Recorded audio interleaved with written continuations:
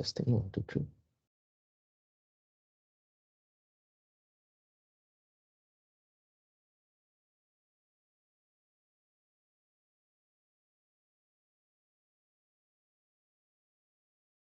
Okay, last lecture we stopped at periodic table, and there are some correction in the periodic table. So last lecture we give you information that on the left hand side, these two column label as S, and then the sixth column on the right we label as P, and then the middle is D, and then some information missing on the transition element, right? And I also update you guys in the WhatsApp group, right? So in the middle here, this row number 4, on the transition element, we start with 3D. So with 3D, 4D, 5D, 6D, and so on. Okay. So previous for titanium, for the Toro question titanium, our answer need to correct it to there's a electron in the D orbit. Okay. So yeah. So just aware on this one. And okay, and I've just done your final exam question, so pay attention to this one. Okay, next. Okay, then another two. Bottom here, inner transition one. If you see F on 5F, then you need to fill in now. Okay. Okay.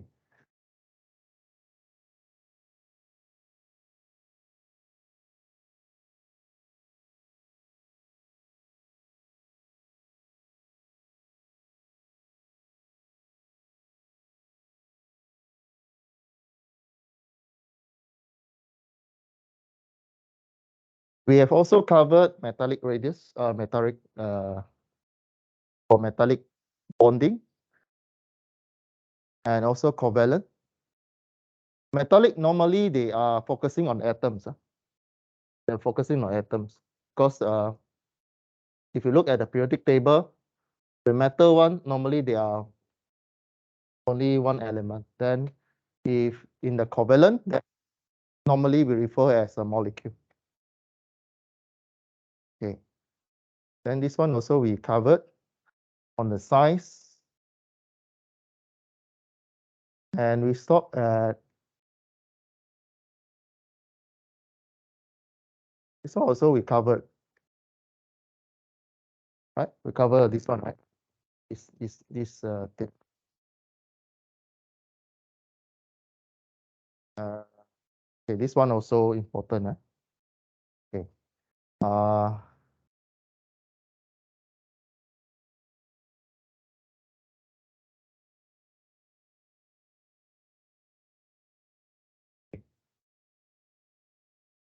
This also we covered.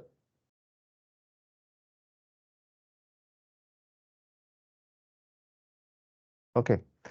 For today, we learn one more new terms, which is called electron affinity, EA.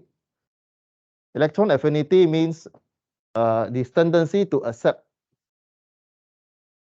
one or more electron, right? So it's important when you see this one later on in your calculation, you need to know whether this belongs to exhibit electron affinity or another one.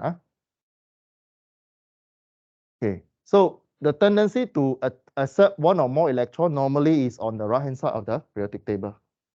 Right, the more electron you have in your orbit, you have more power to, or more energy to pull electron from outside. So normally it's from on the right hand side column here. So this property is called electron affinity. Okay. So you have more value for your electron affinity, means the value of your electron affinity means is have more energy to pull. Okay. Right. So this one, this is a question that you need to study on the periodic table, right? Which group in the periodic table has the highest in electron affinities? Or what do you think? Which group in the periodic table that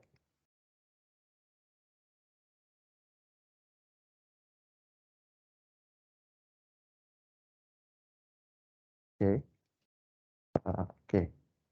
So the answer is group 7, because group 8 is inert gas. So group 7, they have a highest electron outside the orbit. So it's more easier to pull electron from outside. Huh?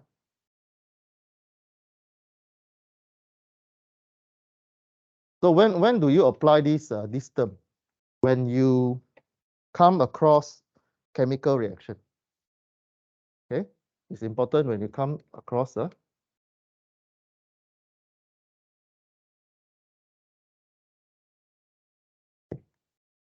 next one is called negative oxidation number, which is number of electron that an atom can gain.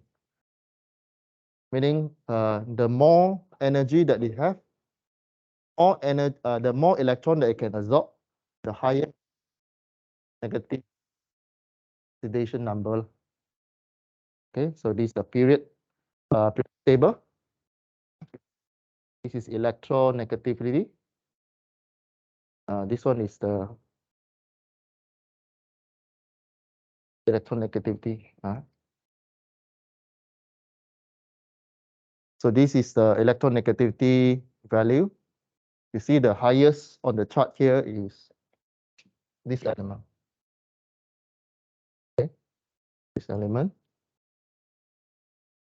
You have to recall what is the meaning when you go down row by row. What does it mean? Row 1, row 2, row 3, row 4.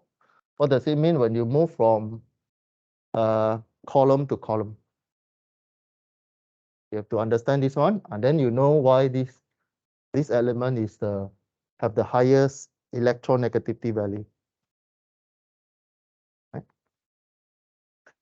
So the row and column on the periodic table, it tell you the size of the electron structure. Huh? Okay. So this one we already covered in the earlier section. On the left-hand side, normally they are metals. So more technically, as we go deeper, they are called reactive metals. Right? So reactive metals, normally they have one one special properties where they very easy to contribute electron, very easy to give away electron. So on the left-hand side, the two column on the left-hand side, they are more easy to give. So they are called reactive metals. And normally this on the left-hand side metals, they are very easily to combine with the 6 and 7 group of element here. Normally they will form this one and this one. Okay. All right. Technical word for today. Electropositive means they are more easy to become positive. So you just need to imagine one electron. How one electron or how one element become positive is to give away electron. So on the periodic table on the left hand side, normally they are more easier to give electron. On the right hand side, they are more easy to receive electron. So give away one, you become positive. Accept electron, you become negative. Okay. So previous class also we mentioned one word called cation, C-A-T-I-O-N, means positive charge. Right. Reactive nonmetals is another side of the periodic table with highlight on the screen here. Right. So they are called electronegative. They will form anions. Negative charge also called anions. So in the assessment or in a test or final exam, maybe you'll be told to list out the products of anion and cation. Okay. Group number 3A here, they are called metalloids, which means they are neither metal or non-metal. They can switch between the two properties. Okay, so you can see this one, the 3A here. The B is a metals. Another one is they are transition. They are metals, but they are categorized as transitional metals. Okay, so all this you can read from the slides. I'll go very fast here. Same here also for group number A5. They are called metalloids. Metalloids, they are non-metals here.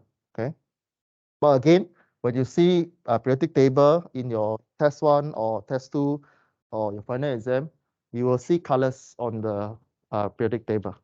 Most high chance you will see this, but I won't label for you lah. You will see a blank like this. Okay. So make yourself comfortable with the numbers inside here, especially those numbers on the top and the bottom. The number on the top and bottom of the element. Make sure you know what does it mean. Okay, the rest you read lah from the slides. These two will tell you the electronegativity. Right? Again, what is electronegativity? Means the tendency to become negative charge. Means to receive, the tendency to receive electron. So this one, the height of the column here means the tendency to receive electron. This is just a visual, this is a visual illustration. So as you can see, the trend is on a diagonal shape. On the diagonal shape. Again, it linked with the previous chapter, that link with the shape or the size of the element. The colorful chart just now I show you. Okay, noble gas, you know, is group number 8.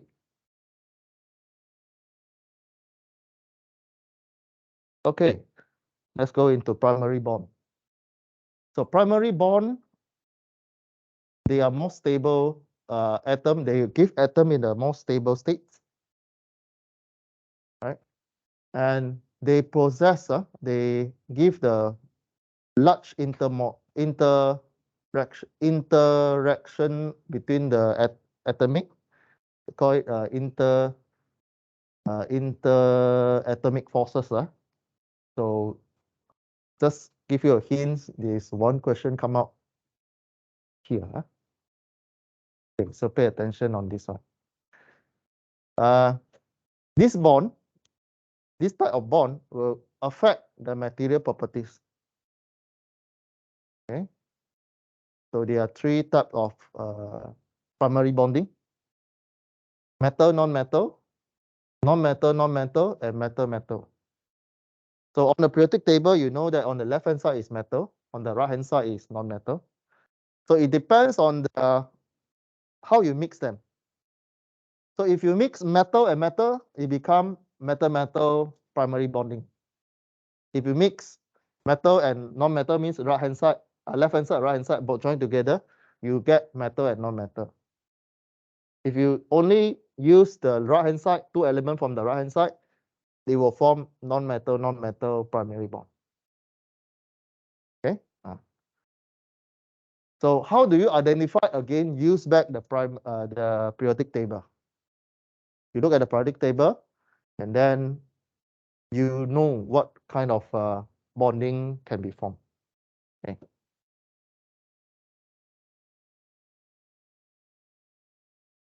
Okay. First one is primary bonding. So inside primary bonding, when you mix non-metal and metals together, and then the next question is when you mix them together, you have to ask yourself, what happened to the electron? How the electron can move between the two elements? So they are transferred between the two elements and form ionic bonding. Metals and non-metal, they will form ionic bonding. So again, when does this ionic bonding can form? When there's a large difference in their electronegativity. Means one side more easier to give, one side more easier to receive. So the example here is group 1 formed with group 7. Because group 1 is very easy to give electron. Group 7 is very easy to accept electron. Normally group 1 and group 7 will form ionic bonding. Okay.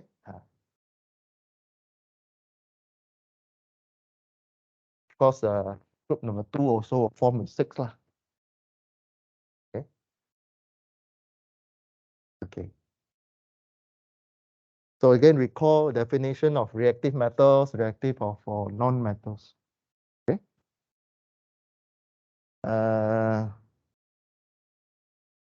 Then we go into example. We pick one metals from the group number 1, Li, it is here, and non-metal foreign, this one, same.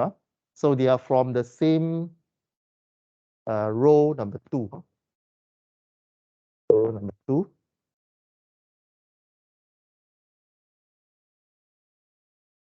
So Li, you know that from group number 1, they have one electron outside the orbit. So it's more easier to become positive charge. So you give one electron, it becomes Li, 1 positive. Okay, cation. Then on the right-hand side, you know this one, very easy to accept one more member inside because this one got 7 electron outside. You accept one more, then it becomes F negative. Okay, F negative. So let's look at what happened when you give electron. Okay, so when it at the stable states, Li, the radius is 0.17 nanometer. However, when you give away electron, the radius become bigger. The radius of the element become bigger, 0.060. Sorry, become smaller. What is the reason? Why you give away electron, your radius will become smaller. It become like 30% or maybe 40% smaller. What's the reason?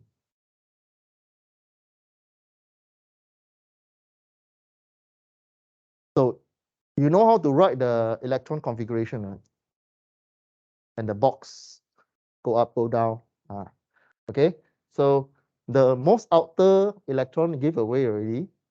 So the electron will change from N2 and in N1. So let's look at Li on the periodic table. So Li, you look at here, it means this side is S, right? The suborbit S, right? So suborbit S, and this one is S1. Okay, S1. So when you give away, then it will join no more, right? This one no more, so it will reduce to lower level. So it will form into level 1 here. Okay, the remaining electron will be in the group 1. Then the balance between the positive nucleus and negative electron cloud is lost, and the nucleus will have a stronger force electron. What does it mean? So if you draw the electron models. This one is Li. So you have 2 electron and 3, right? So this one is got 3 electron, right? Sorry, not 3 electron. Yeah, 3 electron. You understand why this one 3, right? Okay. So this is a stable state. So when this one give away, so actually the remaining charge here, the positive charge inside the electron, let's say is stable. So this one should have 3 electron, and it should, when it's stable, it should have 3 positive, right? I mean the positive charge inside here positive. So when it give away, the positive charge inside the nucleus here, all right, 3 positive here. So it will pull the remaining 2 electron more closer. It like a magnet will pull, it give you more force to pull these 2 electron inside. Make sense? Okay. So it's like loss balance. It's a loss balance. Inside one is stronger than outside. Means the pulling force, positive charge will pull the negative inside. So it makes the radius become smaller. Okay. So these are the explanation that you see on the slide here. Okay. So you explain why it from 0.17 to 0.06. Okay. So if you're being asked to explain, you need to draw something like this. Then explain the positive charge inside, pull the electron and make the radius become smaller. Okay. So after the electron transfer, so after the Li become contribute, it become positive charge, right? It become Li positive, 1 positive. So 1 positive, it become only have 1 orbit, electron orbit. So 1 electron orbit, it fall into group 1, row number 1. So row number 1, it have a 2, it becomes stable. It become inert gas category. Make sense? Sense? Huh? It become an inert gas. It become a stable element. Because you know that each orbit you have not each orbit you can calculate with 2n square, right? Do you remember? So if it's only 1 orbit, then you only can fit 2. You have 2 orbit, then it become more and more. So when you have only 4 into 1 orbit, then the maximum electron inside that orbit is 2. So it become inert gas. It fall back into this category, number 8. Number 8 here. It will react. It will behave like helium, although it is a positive charge. Okay.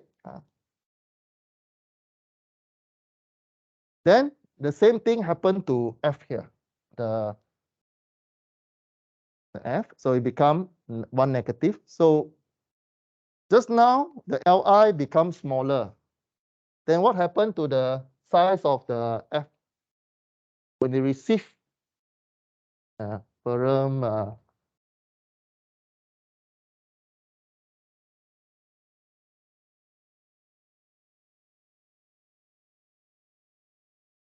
You have 7, right? 7. So when you receive 1 electron from here, it's 7. Okay.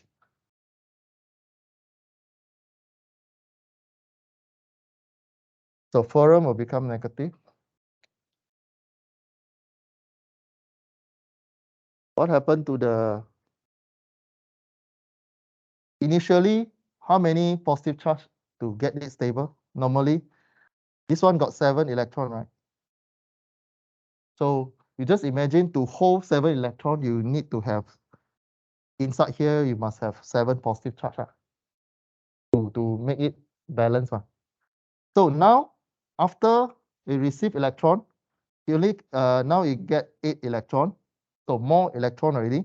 So, but the electron for F, you only have 7 positive. What happened to the outer orbit?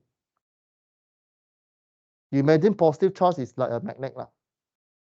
So it's like you have 7 hands to pull member, but suddenly you have one more member inside. So you like very hard to catch electron already. It's like you have you like a game like you have 7 member to spot to catch, and then but suddenly now you have one more member add in electron. You have lack control of catching the electron. Okay. So the radius increase because it's very is a lack of hand to catch already, right? And earlier we also mentioned how the electron move. The electron move in the radius positive negative along this one. It will move in the cloud like this. So when you have a lack of positive charge, not lack, but you have lack of positive charge to hold the electron, means the electron is more easier to free to move outside the orbit already. It's free to move a bit outside. So that's why when you receive electron, your size will become bigger. Like for example, F negative is from 0.71 will become 0.136, become bigger. Okay. Okay. Yeah. So again, it will form when it become electron. It will push to the Ne size.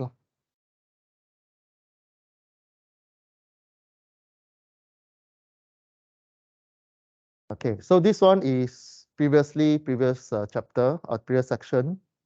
So this is the electron configuration. You should know how to write this electron configuration from the periodic table.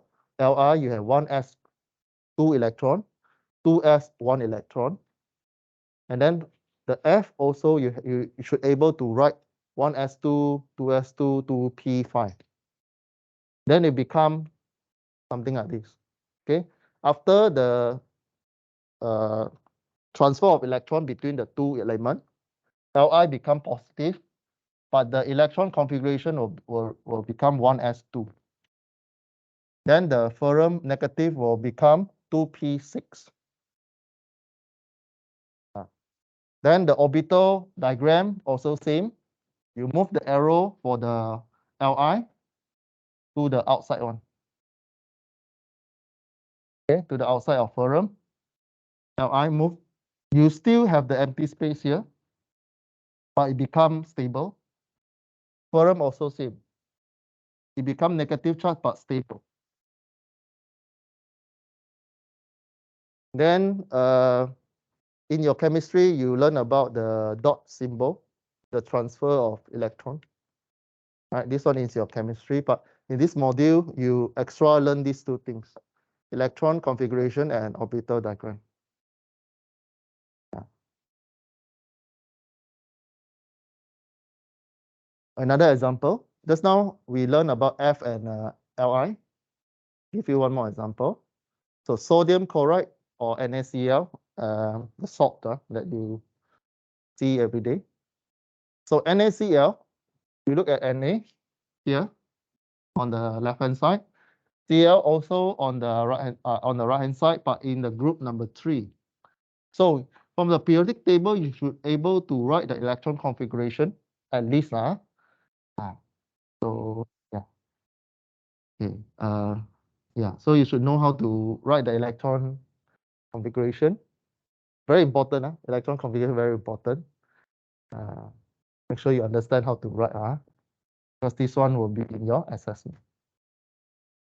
Okay. So NaCl. So Na will contribute electron. When it contribute electron, what happened to the radius? Bigger or smaller? Smaller, because if give the, you just imagine the member inside is more than outside, it's more easier to pull. When you pull, it becomes smaller. Then CL, all right. When you give out, when you receive member, the member inside is less than outside, is lose control. So member outside able to run a bit free compared to original one. So the radius become bigger. Okay, so the rest you read is the same concept. How chlorine become argon after the exchange of electron. Same concept. If you understand the previous one, this one is just another example. Right? Okay. Anyone have question on this one? Make sure you understand. So I will go. So this one is just an add-on. So for NaCl, it's ionic bonding. Ionic bonding. Why ionic bonding again? Metals on the group 1 combined with group 7. It form ionic bonding. So we start to look into a bit of calculation. Then we go for a short break. So this chart on the screen here, it gives you the force versus the distance from the center. So for example, I use the lithium.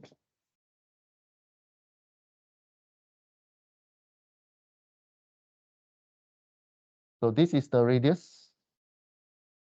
On the screen, you see A from the center to outside. As you move further from the center, the force will. There are two forces. There are two forces. So you have attraction force and repulsion force. You have two types of force in the electron configuration. You have two force. Then the product of these two, it will form net force. Now, earlier before we look at this one, earlier we discussed about when you contribute about electron, receive or give away electron, the size of radius will change. So more quantitative way or mathematic way to explain the change of size is through calculation of force. So there are some calculation for this one. Okay, the technical word for the radius here is interionic distance, A.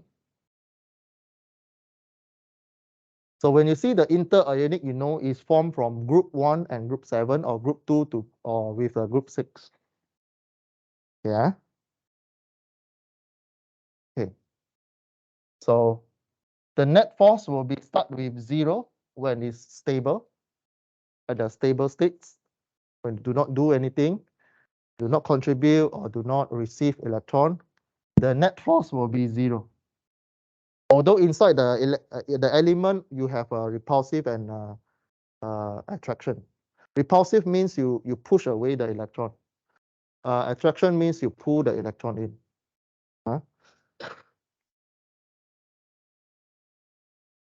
So as the ion come closer, the electron charge. Okay. So what does it mean? Let's say I pick this electron, right? If I push this electron, push inside, when this one is stable, I try to push inside, it like a magnet, it will try to push it out. You have a repulsive force. Okay. When this one's stable, you try to push this electron inside, you will feel one force pushing it out because it's stable. That force pushing it out is called repulsive. Right? Okay, the first term is called A sub 0. It means it's a stable distance, meaning when one element becomes stable, there is one particular distance for it. There's one particular distance for it. We call A sub 0 or equilibrium distance. So on the screen here, you see the two. This is from the center, and then if the electron stable, then you have one distance. Like this one also stable. This one also stable. It depends on which electron you want to focus on. Each electron have a repulsive and attraction. Okay. So first formula for today: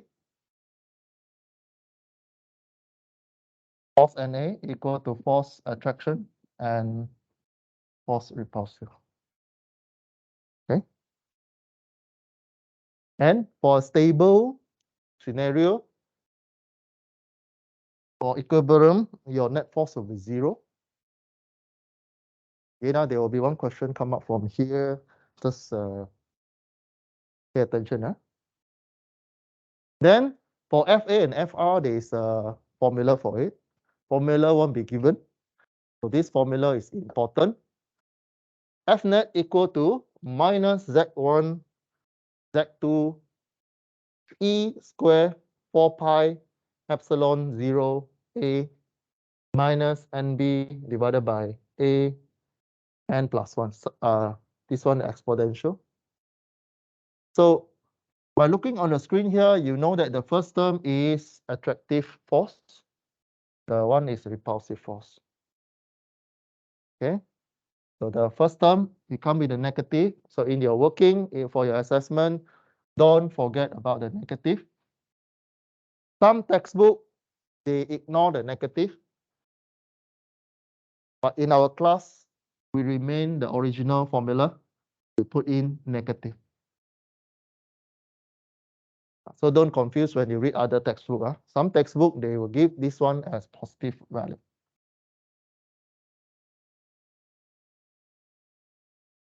Okay, there are two. So attractive on the front, repulsive on the back. This formula that you see on the screen won't be given in the test or final exam. We expect you to know. Okay, so in the test, when you write this formula out, you can either automatically get 1 or 2 marks by writing the correct equation. Okay, so what are the parameters here? The the B, this one, the N, they are constant. E is the electron charge, also you need to memorize. There's a constant number there. Later I'll give you. Z1, Z2, they are number of electron removed from the atom. For example, Li. How many electron removed? 1. So your Z for Li, in this case, is 1, positive 1. Not positive 1. It removed is negative 1. Okay, now what happened to F? F received, right? Also 1, right? But the Z value is plus 1. So positive negative is important. So some textbook, they don't explain why there's a negative here. Some textbook, they put positive, but they don't explain why they put positive. There's a positive because if you have ionic bonding, one give, one receive, one of it will be positive, one will be negative. So positive multiplied by negative, you get negative. Negative multiplied by negative, you get positive. So don't confuse when you read other people textbook. Okay. So don't you count it. Why? How come I get a negative one? Then something wrong with your Z value. A is a distance, like what you see on the screen here. Epsilon is the permittivity of space, constant value that we expect you to memorize. 8.85, 10 power negative 12 C means column or charge square over Newton dot meter square. Okay, so this value you write out in your answer sheet also have 1 point for this value. Yeah, so there are lots of bonus mark in the assessment. Formula, constant value, you will get marks. Okay, so normally how we assess you is either ask you to find force or ask you to find the distance A here. Why? Because this one, Z1, Z2, you can read from the periodic table. Either left hand side or right hand side, and then if you're on the left hand side, it means it become, what's the value, positive or negative, if on the left hand side? Negative, positive. Negative, because it's give, they give away, give away negative, right?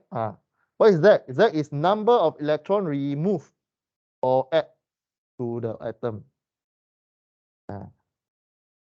So you can read from periodic table. Again, periodic table is very important in this module. Okay. What else? Okay, why I give you this?